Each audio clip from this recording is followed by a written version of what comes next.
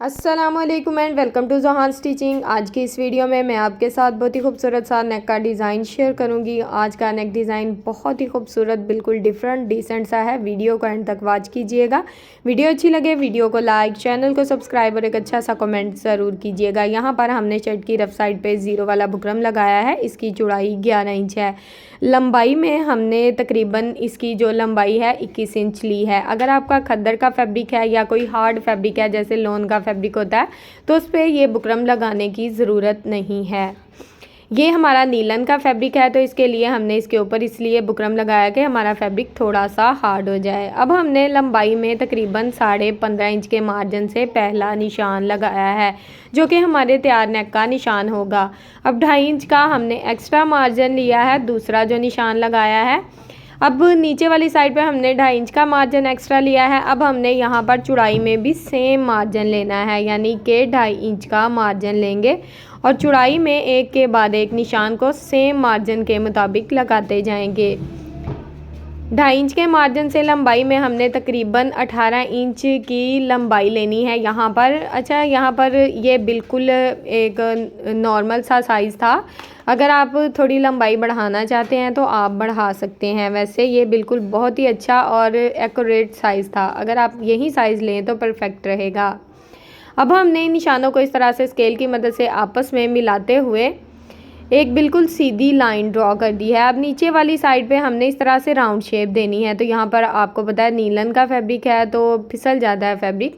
हालांकि मैंने इसमें बुकरम भी लगाया है लेकिन फिर भी मैंने इसके ऊपर इस तरह से राउंड शेप नीचे वाली साइड पे ड्रॉ कर दी है। आज इस राउंड शेप को बनाने का बहुत ही सिंपल और आसान तरीका आप लोगों के साथ शेयर कर दूँगी, तो वीडियो को एंड तक वॉच कीजिएगा। अब हमने शर्ट की एक साइड पे अपना पैटर्न जो है उसको ड्रॉ कर लिया है। अब सेम इसी तरह से दूसरी साइड पे भी अपने पैटर्न को ड्रॉ करना है। तो शर्ट को हमने डबल फोल्ड किया है और इस तरह से हाथों की मदद से टैप टैप कर लिया है। अगर चाहें तो आयरन कर लें, आयरन की मदद से भी निशान दूसरी तरफ बहुत ही आसानी से और काफ़ी ज़्यादा तेज़ आते हैं। अब यहाँ पर हमने सेम जिस तरह से एक साइड पे निशान लगाया था, हल्का हल्का सा मुझे निशान शो हो रहा था, उसी तरह से मैंने दूसरी साइड पे भी अपने डिज़ाइन को ड्रॉ कर दिया है। तो यहाँ पर टोटली डिज़ाइन हमारा बहुत ही अच्छे से ड्रॉ हो चुका है। अब यहाँ पर मैंने ना रेप फैब्रिक कट कर लिया है। ये सिर्फ आपको बताना है कि इस तरह से तिरछा फैब्रिक, यानी कि जिस तरह से हम बैक नेक पे फैब्रिक को लगाते हैं ना, इस तरह से तिरछे फैब्रिक में से हमने ये वाली पट्टी कट की है। अब इस पट्टी की चौड़ाई ये देखें, इसमें बिल्कुल ओरेब है, सीधी पट्टी बिल्कुल यूज़ नहीं करनी आपने। इसकी चौड़ाई 1.5 इंच है और इसको पहले हमने इस तरह से डबल फोल्ड किया है। डबल फोल्ड करके फिर इसको ये जो दोनों साइड से इसका एक्स्ट्रा मार्जिन होगा ना, इसको इस तरह से ऊपर वाली साइड पे फोल्ड कर देंगे। तो ये बिल्कुल ओरेब और एक चौड़ी पट्टी हमारे पास आ जाएगी। आधे इंच से तकरीबन 1 पॉइंट कम का मार्जिन है। लंबाई में इतनी लंबी है कि पूरे राउंड में अच्छे से घूम जाएगी। अब हमने सबसे पहले अपनी पट्टी को इस तरह से सेट करके रखना है और इसके ऊपर बिल्कुल किनारे किनारे की सिलाई को चलाना है। यहाँ पर आपने ना तो अपनी पट्टी को खींचना है और ना ही शर्ट के फैब्रिक को बिल्कुल हल्के हाथ से अपनी सिलाई को चलाते जाना है और पट्टी को अपने डिज़ाइन के मुताबिक सेट करते जाना है। अच्छा, यहाँ पर बिल्कुल आपको जैसा कि मैं बता चुकी हूँ कि ओरेब पट्टी है, राउंड में इतने अच्छे से घूमेगी कि आप खुद हैरान रह जाएंगे कि हमारा डिज़ाइन इतनी सफाई से बन रहा है। बहुत ही ज़्यादा सफाई से ये डिज़ाइन बनेगा और हल्का सा भी झोल या सलवट नहीं आएगी। मेन तरीका इसका ये है कि इसको हल्के हाथ से आपने लगाना है। पट्टी को खींच रहे हैं तो फिर पट्टी में झोल या सलवट आ जाती है, फिर आप कहते हैं कि आपने तरीका सही नहीं बताया। तो ये बिल्कुल जो एक एक बात मैं आपको बताती हूँ आपके समझने वाली होती हैं। तो वीडियो को एंड तक वॉच करने का इसीलिए कहती हूँ ताकि आपको हर पॉइंट की समझ आए। अब ये सिलाई हमारी यहाँ तक मुकम्मल हो चुकी है। एक साइड की सिलाई हमारी लग गई है। अब दूसरी साइड पे हमने अपनी लेस को लगाना है। लेस को हम इस तरह से सेट करके रखेंगे और इस तरह से लेस को, मतलब जो लेस की साइड वाली पट्टी होगी ना, उसको हमने दबाव में रखना है और इस तरह से इसके ऊपर सिलाई को चला लेंगे। अगर यहाँ पर आप कोई फैंसी लेस लगाना चाहते हैं या थोड़ी चौड़ाई में भी लगाना चाहते हैं या कोई ट्रायंगल्स वगैरह लगाना चाहते हैं तो वो भी लगा सकते हैं। यहाँ पर लेस में किसी किस्म का कट मैंने नहीं लगाया। जब कट लगाती हूँ तो आपको ज़रूर बताती हूँ। लेस वैसे ही राउंड में इतने अच्छे से घूम रही थी कि कट लगाने की मुझे ज़रूरत ही नहीं पड़ी। इसी तरह से पूरे राउंड में हमने अपनी लेस को लगा लेना है।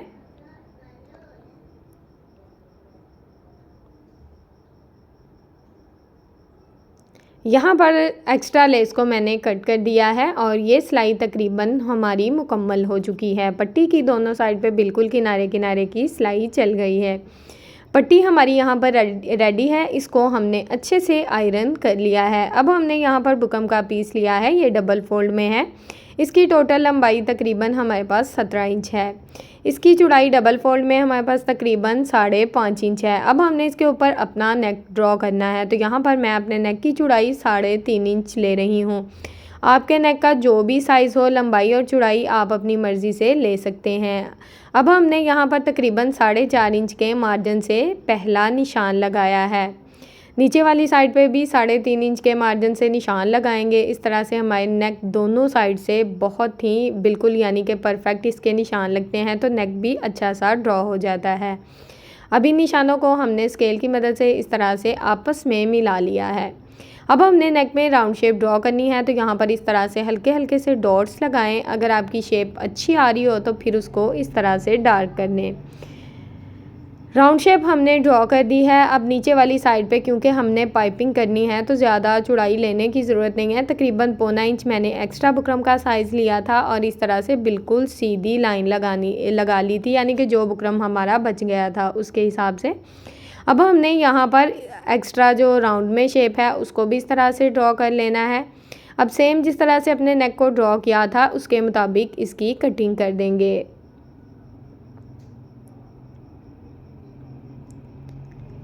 नेक की कटिंग हमारी हो गई है तकरीबन।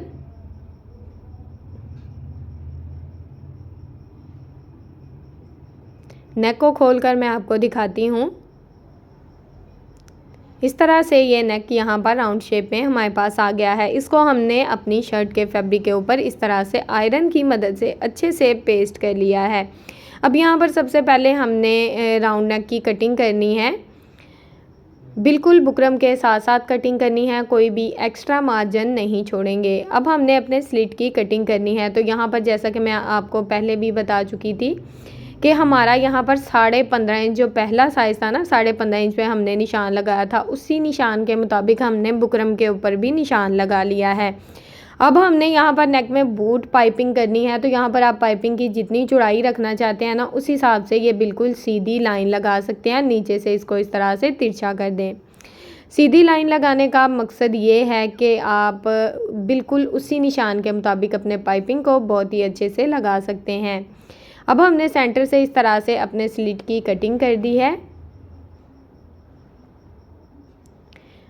ये देखें, अब ये जो एक्स्ट्रा यहाँ पर हमारा बुकरम है, छोटा सा पीस है, इसको यहाँ पर मैं हल्की सी ग्लू लगा कर ना अच्छे से सेट कर दूँगी हाथ की मदद से। इस तरह से यहाँ पर चाहें तो इसको आयरन कर लें। ये नेक इस तरह से हमारे पास आ गया है। अब हमने यहाँ पर पूरे राउंड नेक में लेस को लगाना है, तो यहाँ पर अभी भी मैंने किसी किस्म का लेस में कोई कट नहीं लगाया, क्योंकि बारीक लेस है, आपको पता है राउंड में वैसे ही अच्छे से घूम जाती है। तो बिल्कुल हल्के हाथ से लेस को लगाते जाएं और यहाँ पर हमने बिल्कुल थोड़ा सा मार्जिन ऊपर छोड़कर अपनी लेस को लगाना है, तकरीबन 1 पॉइंट का। अब यहाँ पर साइड पट्टी और डिज़ाइन में मैंने ना एक छोटा सा कट लगा लिया था। कट लगाने का मकसद ये था कि डिज़ाइन हमारे स्लिट में भी बहुत ही अच्छे से सेट हो जाए, यानी कि पूरी लेस को हमने कट नहीं किया, साइड पे हल्का सा कट लगाया था और डिज़ाइन नीचे की तरफ बहुत ही अच्छे से सेट हो गया। डिज़ाइन बिल्कुल भी एक दूसरे के यानी ऊपर नीचे नहीं आया, ठीक है। तो इसी तरह से हमने नीचे वाली साइड से भी एक्स्ट्रा लेस को कट कर दिया है। अब हमने यहाँ पर तकरीबन जितना हमारा स्लिट है उस हिसाब से लेस को रखना है। 1 इंच मैंने बढ़ा के लेस को कट किया था और इस तरह से इसकी साइड पट्टी सिर्फ रखनी है, बाकी का डिज़ाइन कट कर देना है। साइड पट्टी को हमने नीचे की तरफ दबाव में सेट किया और यहाँ पर इसके ऊपर सिलाई को चला लिया है। अब सेम इसी तरह से हमने दूसरी साइड पे भी सिलाई को चलाना है। जैसा कि मैं आपको पहले भी बता चुकी हूँ कि 1 पॉइंट का मार्जिन छोड़कर लेस को लगाएं, बिल्कुल बुकरम के साथ साथ लेस को नहीं लगाना, क्योंकि हमने यहाँ पर बूट पाइपिंग करनी है। अब दूसरी साइड से भी लेस का जो एक्स्ट्रा मार्जिन था यानी कि साइड वाली पट्टी थी ना, उसको हमने नीचे की तरफ सेट किया है और इसके ऊपर इसी तरह से सिलाई को चला लिया है। तो यहाँ पर पूरे राउंड नेक में इसी तरह से अपनी सिलाई को मुकम्मल कर लेंगे। यहाँ तक अगर आप मेरी वीडियो देख रहे हैं तो प्लीज़ जल्दी से मेरी वीडियो को लाइक करें, मेरे चैनल को सब्सक्राइब करें और एक अच्छा सा कमेंट करके ज़रूर बताएं कि आपको मेरी वीडियो कैसी लगती है। आपके अच्छे अच्छे कमेंट मेरी बहुत ज़्यादा हौसला अफजाई करते हैं। यहाँ पर हमने एक बिल्कुल सीधी पट्टी ली है, इसमें कोई ओरेब वगैरह नहीं है। इसकी चौड़ाई 1 इंच 2 पॉइंट है। इसको हमने एक साइड से फोल्ड कर दिया है आयरन की मदद से। अब हमने इस पट्टी के ऊपर तकरीबन मशीन के 1 फुट की सिलाई चलानी है, यानी कि लेस की जो साइड पट्टी है उसका दबाव रखना है और इसकी सिलाई को मुकम्मल कर लेना है। नीचे से हमने 1 इंच बढ़ा के अपनी जो पट्टी है उसको कट किया है। बहुत सी ऐसी वीडियोस हैं जिनमें मैंने पट्टी को नीचे रख के पाइपिंग की है। आज की वीडियो में मैं पट्टी को लेस के ऊपर सेट करके पाइपिंग कर रही हूँ, यानी कि जो तरीका आपको आसान लगे, जिस तरीके से आपकी सिलाई अच्छी चले, उस तरीके से आप अपनी पाइपिंग को लगा सकते हैं। मुझे ये तरीका भी आसान लगता है और नीचे रख के भी मैं बहुत ही आसानी से लगा लेती हूँ। अब यहाँ पर दोनों साइड पे हमने बिल्कुल एक जैसी सिलाई को चलाया है, यानी कि मशीन के 1 फुट का मार्जिन रखा है और लेस की सिर्फ साइड पट्टी हमारी दबाव में आई है। अब यहाँ पर हमारी जितनी हमने सिलाई चलाई थी ना, उसी सिलाई के मुताबिक हमने अपना जो पट्टी का एक्स्ट्रा मार्जिन है उसको नीचे की तरफ सेट किया हाथों की मदद से और इस तरह से इसको साथ साथ सेट करते जाना है। साथ साथ बिल्कुल पट्टी के साथ साथ हमने सिलाई को चलाना है, यानी कि इसके ऊपर सिलाई नहीं चलाएंगे। अब ये सिलाई हम अंत तक लेके जाएंगे इस तरह से। अब दूसरी साइड से भी पट्टी को इसी तरह से फोल्ड करना है और थोड़ा सा अपनी सिलाई को नीचे वाली साइड पे शुरू करना है, यानी कि हमने 1 इंच पट्टी को बढ़ा के कट किया था, तो उस हिसाब से हम अपनी सिलाई को थोड़ा नीचे से शुरू करेंगे। अब हमने सेम इसी तरह से दूसरी साइड पे भी अपनी सिलाई को चलाना है। यहाँ पर आपने बिल्कुल एक जैसी सिलाई चलानी है, क्योंकि मेन चीज़ जो होती है ना वो हमारा स्लिट होता है। अगर स्लिट नफासत से बनता है तो डिज़ाइन भी अच्छा बन जाता है। अब यहाँ पर हमने ये देखें, ये जो एक्स्ट्रा पट्टियाँ थी उनको इस तरह से नीचे वाली साइड पे सेट कर दिया है। यहाँ पर सबसे पहले हम अपनी जो पाइपिंग है उसको अच्छे से सेट करेंगे, फिर इसको आयरन कर लेंगे अच्छे से और इसको हैंड स्टिच कर लेंगे। अब यहाँ पर हमने जो इसका ऊपर वाली साइड पे एक्स्ट्रा मार्जिन होगा, दोनों साइड पे इसको कट करके इस तरह से नीट कर लेना है। अब यहाँ पर राउंड में हमने बिल्कुल अरेब पाइपिंग इस्तेमाल करनी है। इसकी चौड़ाई डबल फोल्ड में तकरीबन 1.25 इंच है। डबल फोल्ड में 1.25 इंच है, 1.5 इंच आ जाएगी तकरीबन ना सिंगल में। अब हमने राउंड में भी इसी तरह से सिलाई को चलाना है। मेन पॉइंट जो है ना वो मैं आपको अच्छे से दिखा देती हूँ। 1 इंच बढ़ा के मैंने पाइपिंग को कट कर दिया है। अब ये देखें, नीचे वाली पाइपिंग को आपने पहले अच्छे से सेट कर लेना है। बताने का मकसद ये है कि स्लिट की पाइपिंग अच्छे से सेट होनी चाहिए। अब हमने दूसरी साइड पे भी इसी तरह से सिलाई को चलाया है और जैसा कि आप देख रहे हैं कि 1-1 इंच दोनों साइड से हमने अपनी पट्टी को बढ़ा के रखा है। अब हमने ये जो एक्स्ट्रा पट्टी है इसको इस तरह से फोल्ड करना है और यहाँ पर इसके ऊपर सिलाई को पहले ही चला लेंगे, ठीक है। अगर चाहें तो पहले चला लें, नहीं तो अगर आपसे बाद में सेट होती है, जैसा आपको आसानी लगे वैसा कर सकते हैं। ये मैं अपनी बिगनर्स बहनों को बताती हूँ ताकि उनके काम में आसानी हो। ये छोटी छोटी ट्रिक्स जो होती हैं ये उनके लिए होती हैं। ये देखें, एक्स्ट्रा पट्टी को हमने दोनों साइड से सेट कर दिया है। ये पाइपिंग हमारी इस तरह से आ गई है। अब पाइपिंग को हम इस तरह से सेट करेंगे तो जैसे आप देखें कि स्लिट और राउंड नेक में सेम एक जैसी पाइपिंग हुई है। अब ये सिलाई मैं नीचे से ऊपर की तरफ चला रही हूँ।